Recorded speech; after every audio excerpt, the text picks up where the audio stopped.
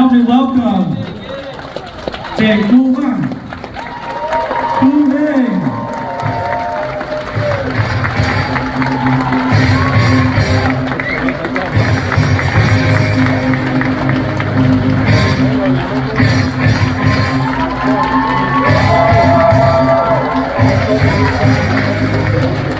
You turned on the lights Thank you. You would think that after 40 years in the state, we would all learn how to do it by white people time, right? But we're not. So after 40 years, we're still on Hmong time. So I know you guys have had a long, long day. From what Vang was saying, you guys probably had a great long day. And I know you guys are probably hungry, probably had a little bit too many Coronas right now. But I'll try to make this fast so that you guys can get to your food and get to the important stuff, which is the networking and all the other stuff, right? So, thank you for those kind words. Every time I do this, people tend to exaggerate a little bit more than what the reality is. So, but I appreciate it. It makes me feel a little bit better about myself every day. So, I appreciate it. As Tu said, my name is Vang. Okay. I am the president and CEO of Vang, a real estate development company in the Twin Cities. And then Legacy Funeral Home, which is a Hmong funeral home in the Twin Cities, and Lake Country Community Bank, which is a community bank that has been serving the Morristown, Faribault, Near Strand area for the last 95 years. Then my wife and my kids, we also own a number of other businesses that we own all over the country. But those are the ones in which Hmong people kind of know. So I'll tell you those instead. So tonight, Tu wants me to talk about building generational wealth. And when he told me that, I kind of laughed and I said, well, I'm probably not the right person because I don't have generational wealth. I started out poor, so nobody gave me any money. And I haven't left any money to any of my kids yet, so I don't even know what generational wealth is, right? But Tu was pretty persuasive, so he said just talk about it anyway. So I'm gonna give it my best shot and we'll see what happens, right? So there's a saying that I'm sure all of you guys have heard in different variation, okay? My grandfather walked 10 miles to work every day. My father walked 5 miles. I drive a Cadillac. My son is in a Mercedes. My grandson will be in a Ferrari, but my great-grandson will be walking again, right? This is the fear. This is the hope. He was a little bit generous because if you follow that trend, he's talking about 4 generations. Right? The reality is it doesn't take that long, right? In Hmong, we have a similar saying, right? Get on ye, what do you mo gen cha? Gen cha, what do you mo get dao sha ku? Get ku, what do you ma ming? Get ma ming, what do you dung gen? Get dung gen, ita kan what do you get on ye, right? We see that generation after generation. Hallelujah, you see that, right? Generations after generation. The hopes and dreams and the fear is what drives us to build wealth. And we do it so that we can sustain our families for future generations. But then by doing that, they don't work as hard as we do, so then they lose all of the wealth and it becomes a problem. But it can be sustained. It can, and people have done it. From an institutional perspective, the Windsor family, right? The royal family of England. They've been in power since 1907, 116 years, 4.5 generations, right?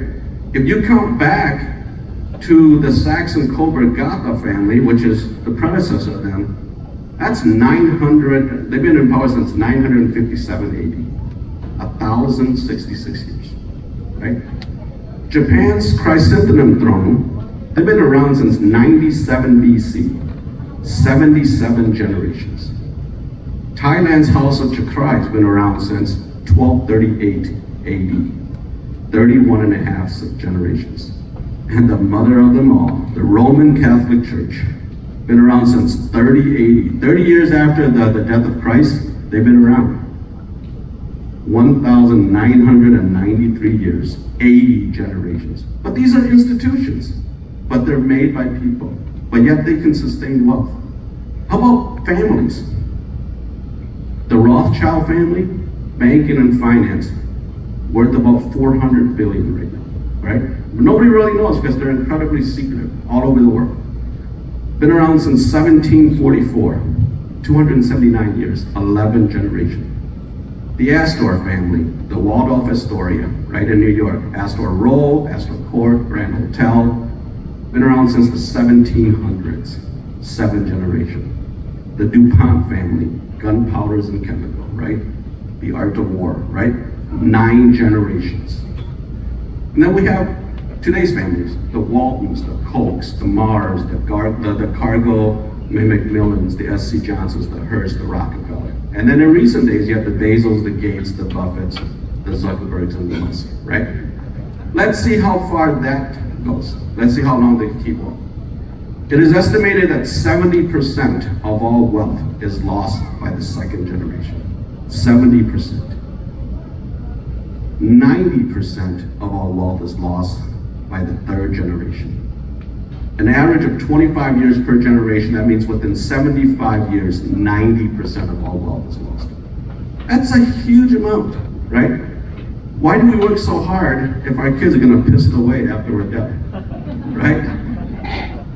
But we have to make sure that they don't piss it away, okay? But before we can become millionaires, let's just define millionaires first, okay? And all of you guys are millionaires. I know all of you guys are. Because it's a simple bar, right? A millionaire, it's a math equation. A millionaire is someone that has a net worth of $1 million. And the formula is, take everything that you own, how much is it worth, subtract out all the debt that you owe, and if you're left with $1 million, you're a millionaire, right? Bet you 100% of you guys in here are all millionaires anyway, right? But yeah, because we all have wealth, okay? There are 56.1 million millionaires worldwide. 88% are self-made. We have great odds of becoming a millionaire. 88% are self-made. That means only 12% comes from generational wealth, right? We have as good of an odds as anybody else out there to make it. Here's another number.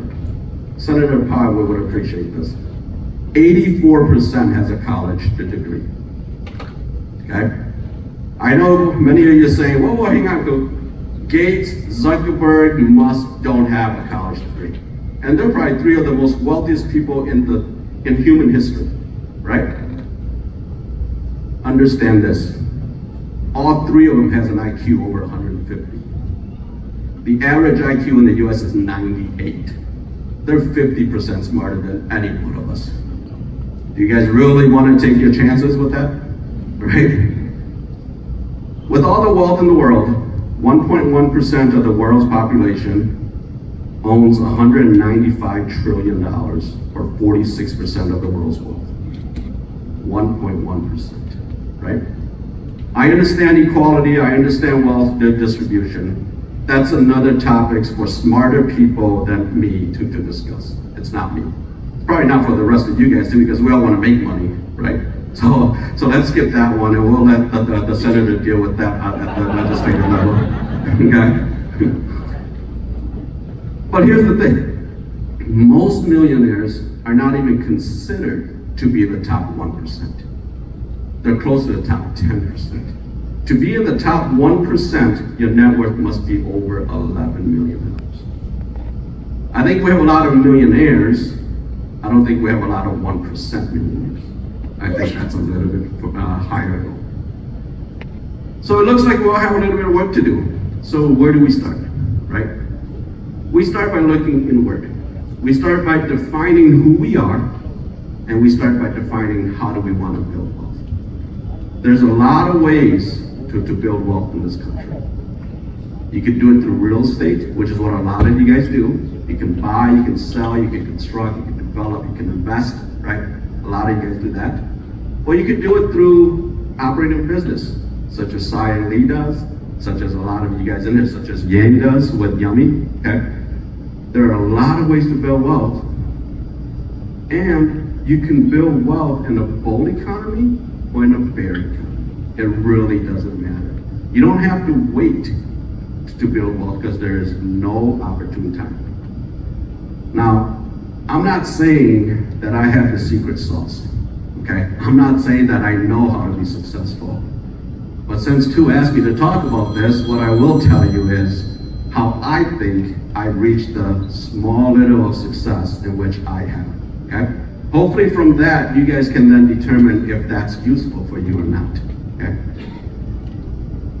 I believe, and I've been doing this probably since before a lot of you guys were born, right? So I've been doing this since 1996, okay? 30 plus years. I found, for me, there are three things in which determines if I'm going to be successful or not.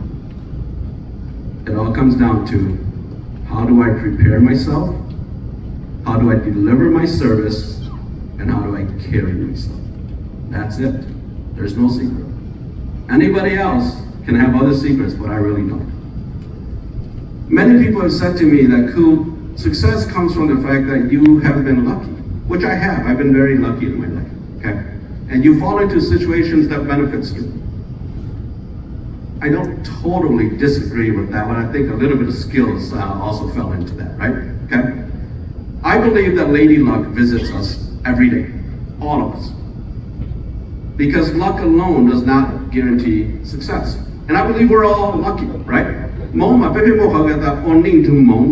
Okay? That just means that you're just sitting there and you hope that lightning strikes. It isn't going to strike you, okay? Okay? We have to be ready to be successful.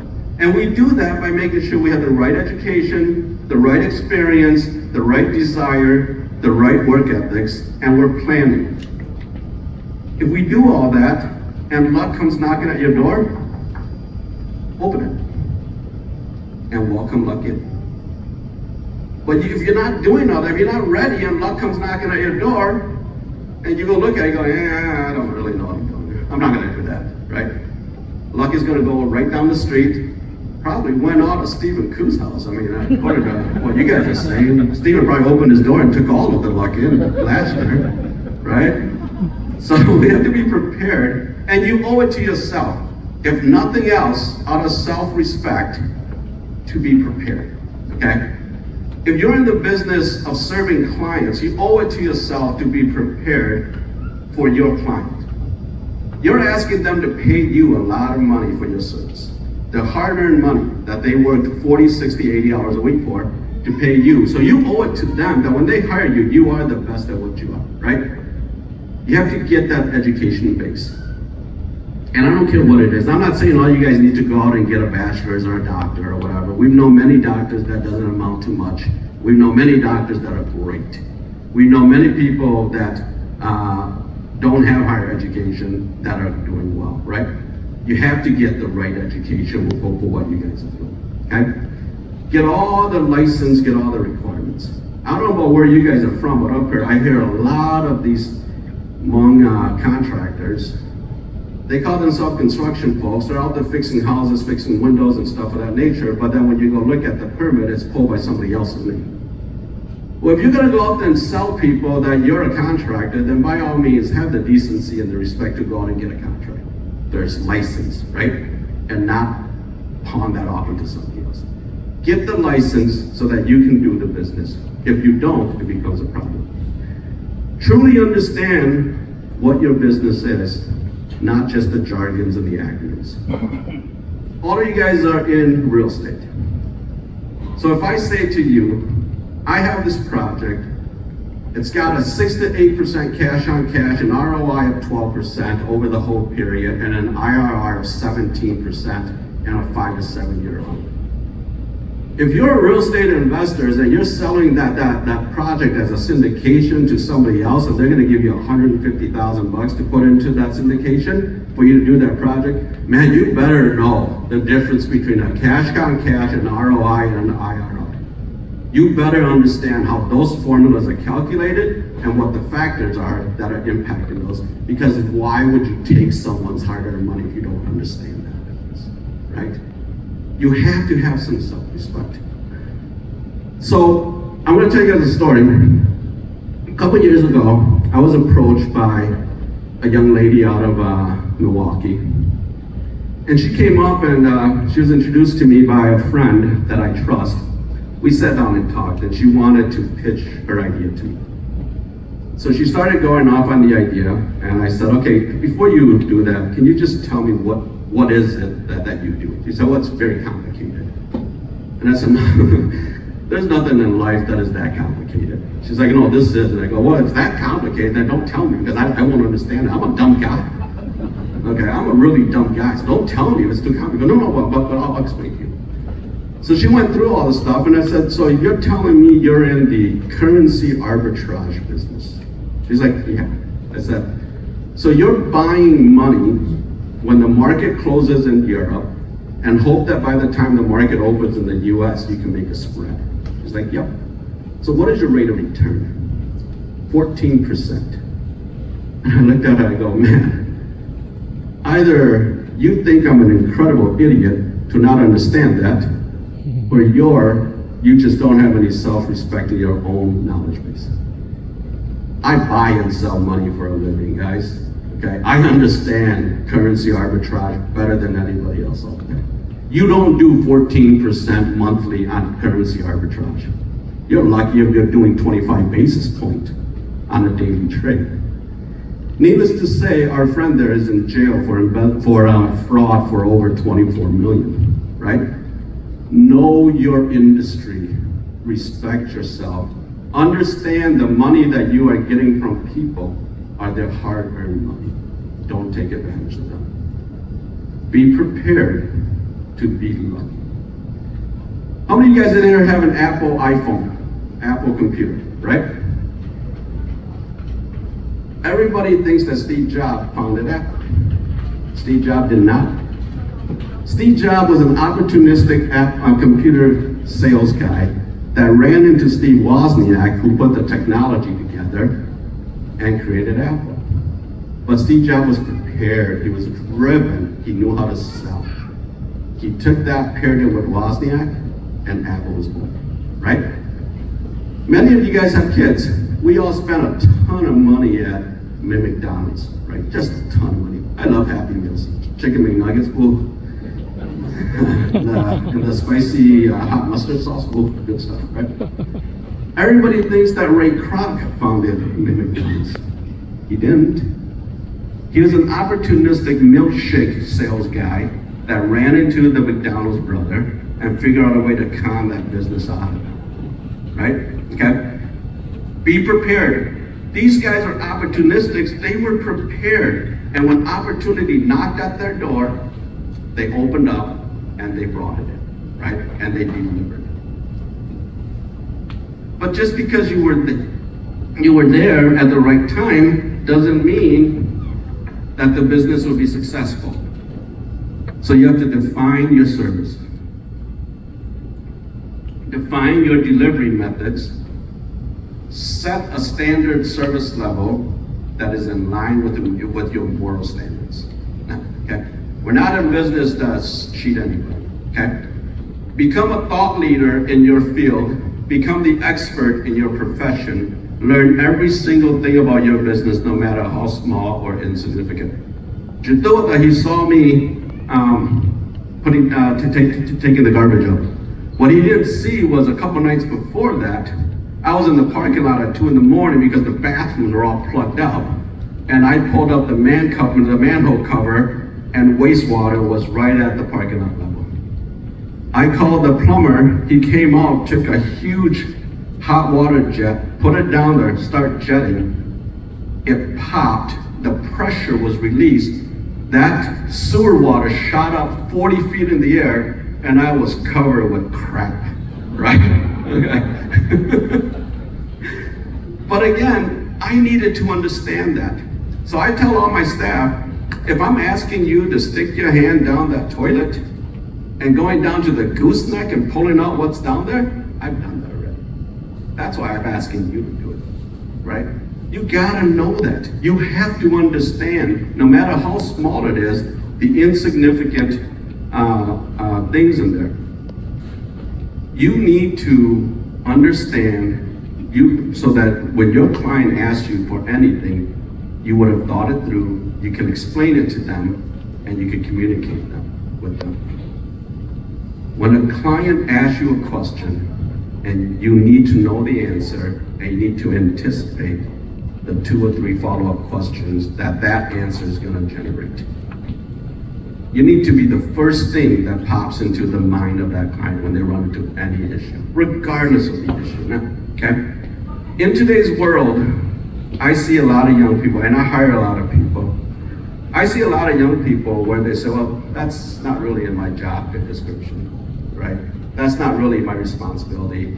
Well, I sent the email 3 days ago. They didn't respond. It can't be my fault, right? Well, I texted them. They never responded. It can't be my fault, okay? Everything's your fault.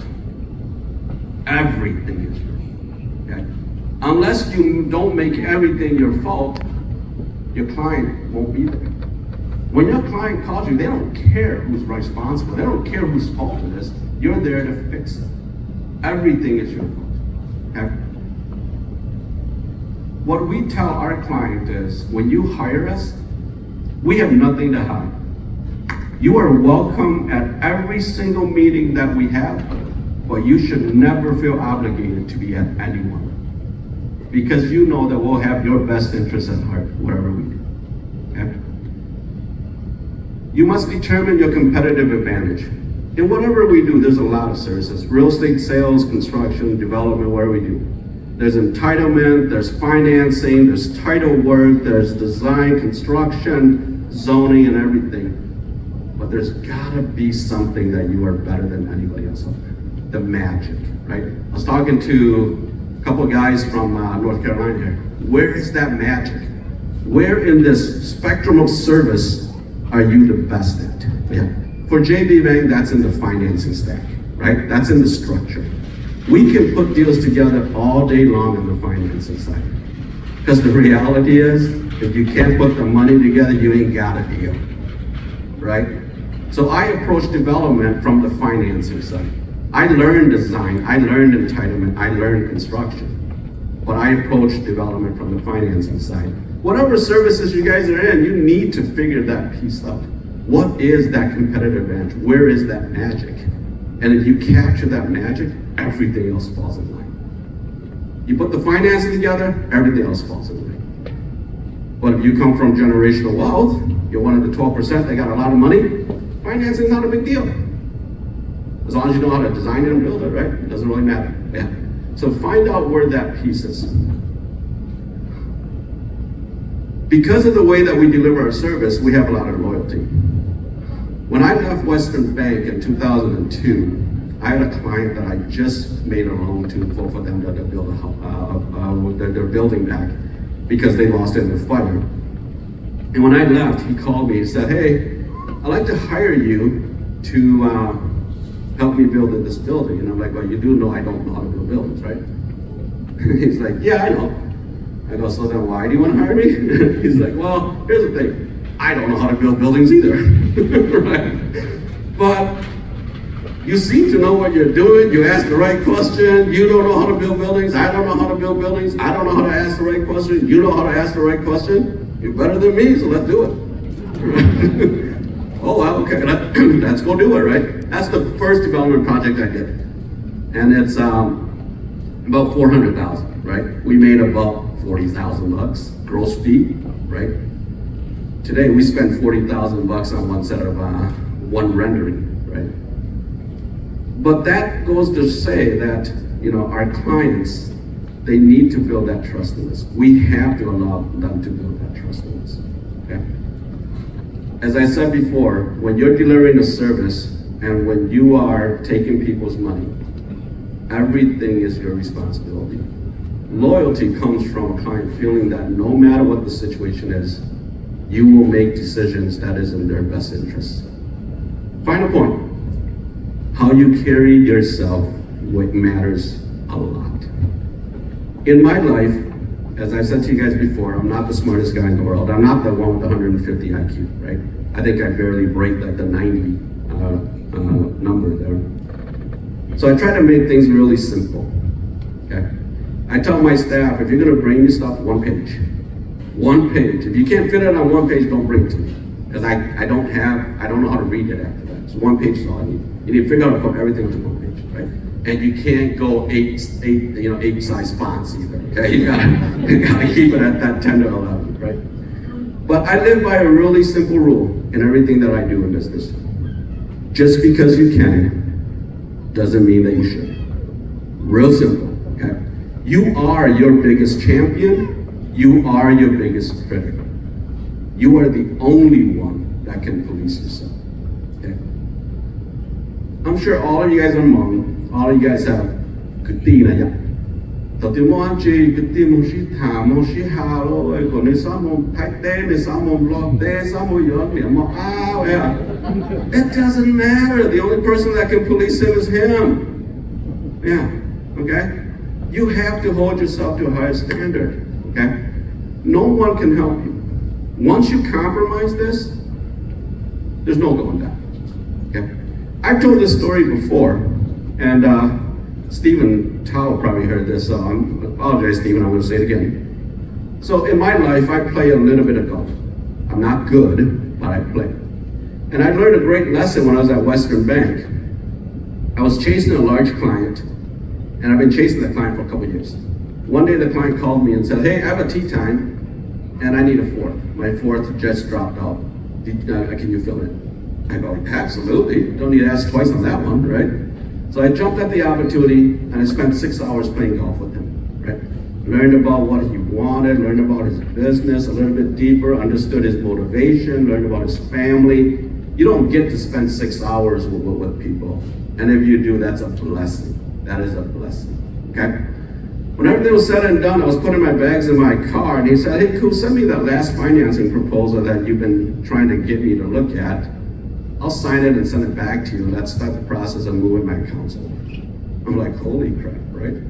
6 hours, that's what I get? Awesome, right? So we did. We moved all the account over, huge client, did a lot of work with them. After a while, when I was comfortable enough, I asked him, I said, so I'm just curious, what happened? I chased you for 3 years. You don't even give me the time of day. I play golf with you for 6 hours, and all of a sudden, I have you as a client. He said this to me. Could I never do business with anyone that I don't play golf with? I'm like, really? He's like, yeah. And I said, why is that? He said, because how you carry yourself on that golf course tells me a lot about who you are as an individual. Now, the way you handle yourself after a bad shot, you're not screaming and yelling, you're not swearing, right? It tells me that you can control your emotion and your objective about the long view. You're not an immediate satisfaction kind of a person, okay? The way you tend to the flagstick while I'm putting shows me how you tend to my assets and my needs and my goals. That you notice that that's what you need to do. The way that you repair divots and not walk across my putting line and remain quiet while I'm putting shows me that you respect me and you respect my values and what's important to me. Okay, so I'm not saying all of you guys are going to learn how to play golf, okay? I know two can't play golf. That's dangerous playing golf with two. You gotta wear hard hats and everything, right? Okay? I'm not saying you guys all learn how to go play golf, but what I am saying is this, is that you never know what people are looking at you for, what they notice in you, how you carry yourself, and how they make that split decision if they want to do business with you, if they want to invest with you, or if they want to be a partner with you. So always carry yourself in a respectable manner that is reflective of your value, regardless if people are watching or not. Just because you can doesn't mean that you should, right? Regardless of the businesses that you guys are in, there are plenty of opportunity to create wealth.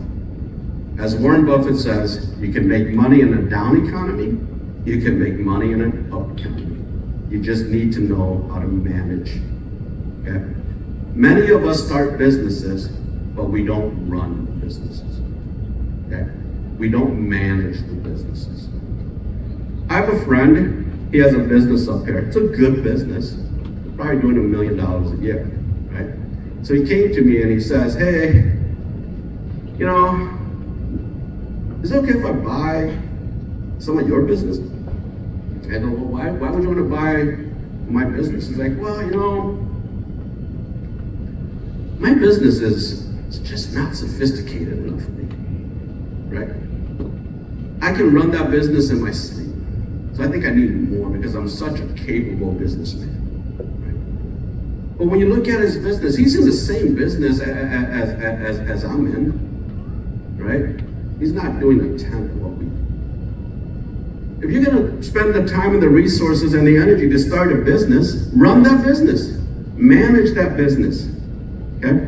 And if you don't, why are you in there? You're just wasting time and wasting money. Let me tell you guys a story. So when I was fortunate enough to take over Legacy Funeral Home in 2005, all the decedents that was coming before us was born in the 1910s, 1920s, 1930s. As time went on, you notice that those years are getting closer and closer to your birth year, right? Gives you a little bit of a reality check, right?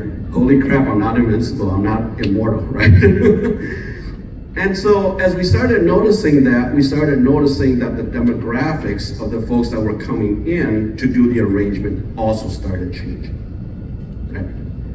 2015, we started making the change.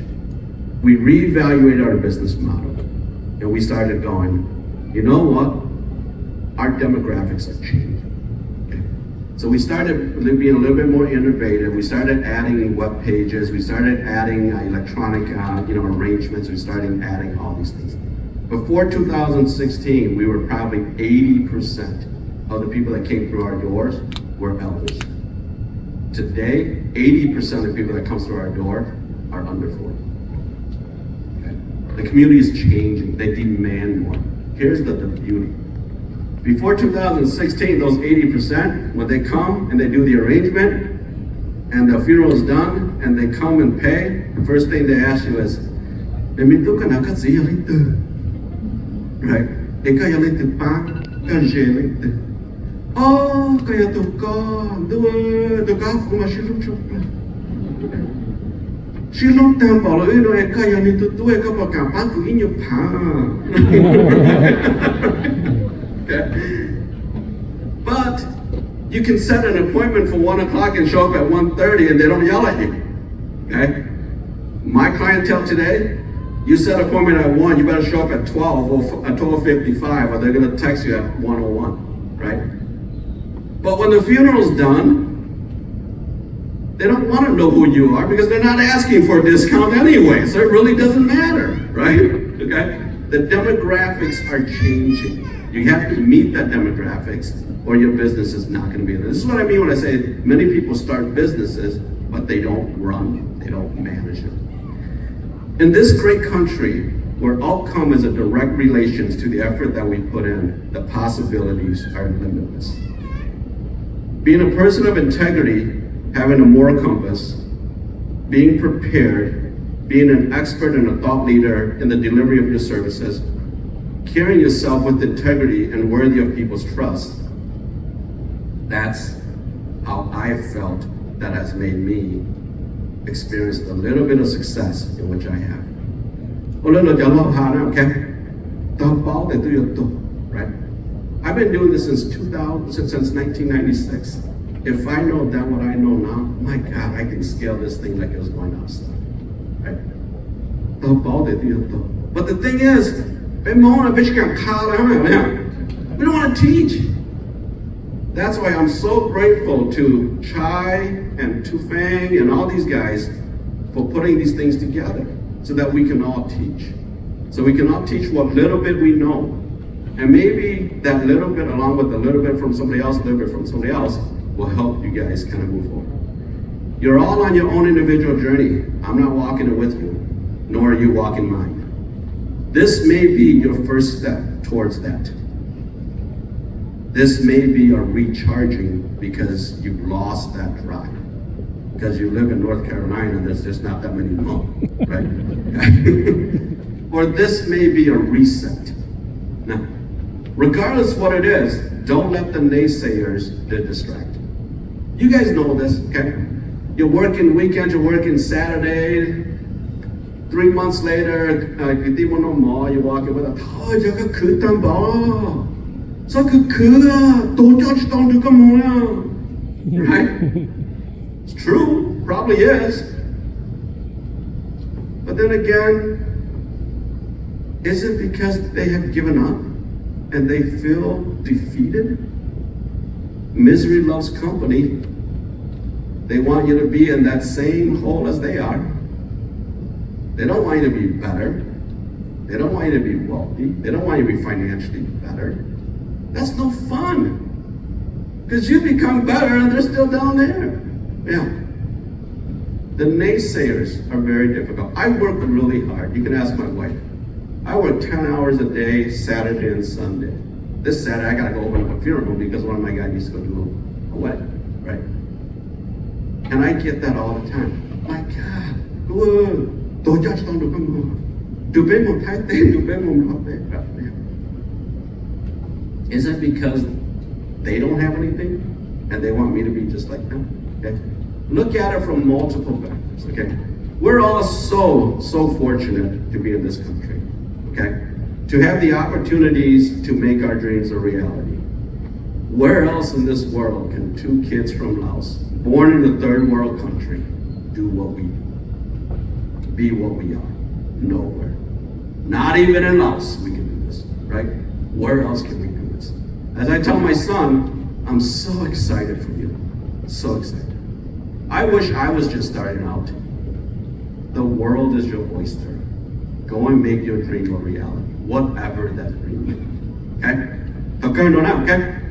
我想讨个万只也烧，不公也急嘛，逢工逢忙就没出来做到了嘛。Okay? 你忙下呀，佢將那個當當，佢到那個時節當快未係大家都得過呢。Okay? Thank you very much for your time.